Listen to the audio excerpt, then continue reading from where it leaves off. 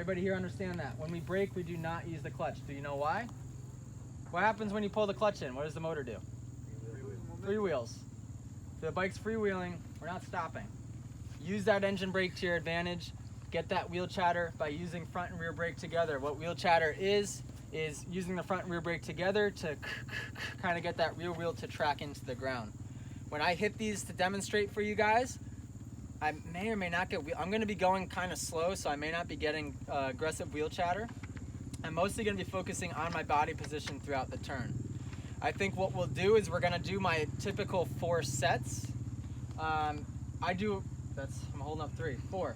When I do turn tracks, which is often, when I do circle tracks, figure 8s, I always do these 4 sets. What I'll do is I'll start with a stand-up, then I'll go to sitting down, but the feet stay on the pegs. Then you do one hand, and then you do normal. So by normal, I mean foot up, toe in, all that good stuff. Try to be as consistent as you possibly can. So when I demonstrate, I'll do the 4 sets, 4 passes through. When we send you guys out, you'll do each set on its own. So we'll do a 5-minute stand-up session. We'll do a 5-minute sit down with the feet on. We'll do 5 minutes one hand, and we'll do 5 minutes normal. When you guys sit for a turn, you cannot sit until your braking is done. So for you on the little bike, I want you standing anywhere except for when you're in the turn. All right? That applies for all of you guys. You can get away with it right now because, yeah, the track is a highway, so you can sit a little earlier than normal. But when you go to a race, those braking bumps are going to be all the way pretty much into the turn. You can't sit before the last braking bump. You have to stand until those braking bumps are over, and then you can sit and begin your acceleration. If you sit and there's one braking bump left, what's going to happen to that bike? It's going to compress and unload, and it's just going to completely unsettle that suspension as you try to get into the turn. Stand up all the way through that last braking bump so that you can sit, that bike gets settled into the stroke, and you can begin to just rail the turn nice and smooth. All right? Another thing, no clutch in the turn. You want a finger there, yes, but when you guys watch me ride, there's very little clutch work being done. Let's rely on this and not this. It'll become very obvious when I do my 4 or 5 turns here that I'm not using much clutch. Anytime you pull in the clutch, it's disrupting the lean angle of the bike. The entire key of a turn is to maintain consistent lean angle. So whether you're dragging a handlebar or whether you're basically vertical, the key is to maintain that lean angle throughout the turn. Anytime you pull in the clutch, that bike's dipping. Anytime you let the clutch out, that bike's going to stand up.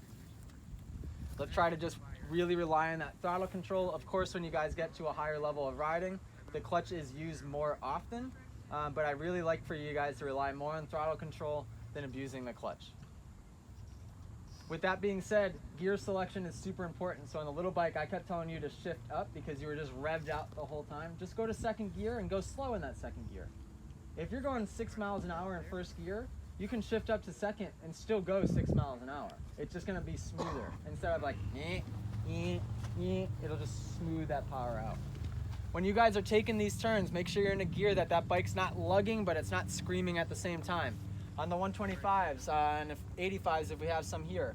On the 250S, you might have to get an upshift in these short little straightaways just to get another downshift right away. That's fine. I think when I did it on 74's bike on the KTM, I'm pretty sure I was just in second the whole way. But if you need to shift, even if it's just for a second, just to downshift again, do it. I don't want you guys screaming the bike's too loud, and I don't want you lugging them too much in the turns. Be right in the meat of that power. As far as sitting position goes, when we do our normal turns, our butts are going to be up on the front part of the seat, not quite at the gas cap, but pretty far up on the seat. Our inside foot is going to be high and tight against the shroud with our toe pointed in. The reason our toe is pointed in is it's going to help drive that knee into the shroud to keep our foot up and out of the way. Outside foot is going to be on the balls of our feet, applying pressure down on the foot peg, but also back on the foot peg. So what I mean by that is you're also applying weight that way so that it will hold you into position. Because what happens is you're on a fast bike, you're on this 500 two-stroke right here, and you go to accelerate out of a turn, you're not holding on with your legs, what's going to happen? You're going to get vibrated right to the rear fender, and all that weight's going to shift to the back. And if that happens too early, you're going to ride up and out of the turn. Not only that, but you're probably going to get severe arm pump. So put that pressure into your leg and into your foot rather than into your arms. All right? As far as elbows go, inside and outside elbow are equally important. if we're in a left-hand turn and we drop this inside elbow here, your head's gonna shift. As soon as your head shifts, your body weight is gonna shift to that direction, and it's gonna cause that, all of your weight to go that direction. That's, I'd say 9 times out of 10 how you end up on the ground in a turn. Keep that inside elbow up so that your body stays straight. Now, if we're taking a left-hand turn, if this outside elbow drops, what's gonna happen is your body's gonna begin to twist away from the turn, and all that's gonna do is ride you up and out of the turn. That's why somebody sent me a message the other day and they said, what's more important, inside or out? And I said, equal. Because they are equally important. Outside elbow drops, yeah, you may not crash, but you're probably gonna ride up and out of the turn. Inside elbow drops, especially in these turns here, that's how you're gonna end up on the ground. I guarantee it, when we session these right now, we're probably gonna have somebody crash on the exit of the turn because it's loose and it has rocks in it. So what happens is that elbow begins to drop, you're gonna start skating away at the exit of that turn. That was the only tricky part about these turns. I railed these really well, and then I get to the end. If I wasn't elbows up, like tightening my core, super centered on the bike, I would feel that front end start to get away from me. All right? Always be looking ahead. You guys, once you get comfortable, hopefully these hold intact. Please, just don't blow these out, all right? I really want these to stay nice because they're so awesome. See where he is in the yellow hat? Stand there for a second. You should be off the brakes by there. Can everybody see him? No more brakes past that point. If you guys are braking past that point, that's what's gonna screw up your turn. That's how you blow a turn out. You come in, brake, brake, brake, brake, slide, and accelerate out. That's how you're gonna end up blowing that inner part of the turn out. When you guys watch me hit it, I'm off the brakes early and the acceleration begins. It's a slow and steady acceleration. I'm never just blasting the throttle halfway through the turn. If you're in that turn right there, halfway through, and you're leaned over like this, and you absolutely pin it wide open, what's gonna happen to the bike? You just did it right. What do you guys think? You think it's gonna drop? Stand up. It's gonna stand it up, and you're probably gonna launch off of the berm. If you guys, because especially this has traction, it has bite, you guys are leaned over and you whack that throttle, wow, it's gonna just stand that bike up. If you're right here and you let off the throttle completely, what's gonna happen? That's when you're gonna fall into the turn.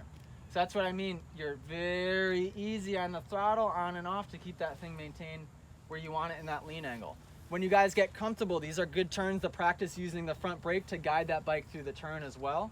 You don't want to be on the rear brake at all in the turn, but as you get good, you can start to use the front only to kind of keep that front wheel guided through the turn. Anybody here use the front brake in ruts? You know what I mean by that? Yeah. So instead of using throttle control like crazy, I actually put that control into my front brake finger. So if I find that I'm starting to ride up and out of the rut, I'll just squeeze the front brake a little bit.